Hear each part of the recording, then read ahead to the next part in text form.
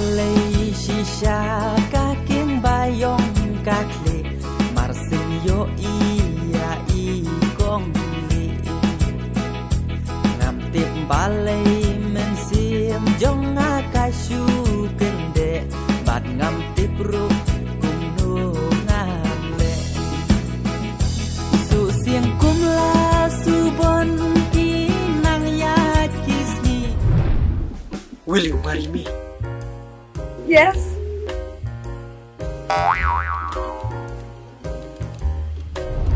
Yung hasem lakwa ban ya pen i hadien ka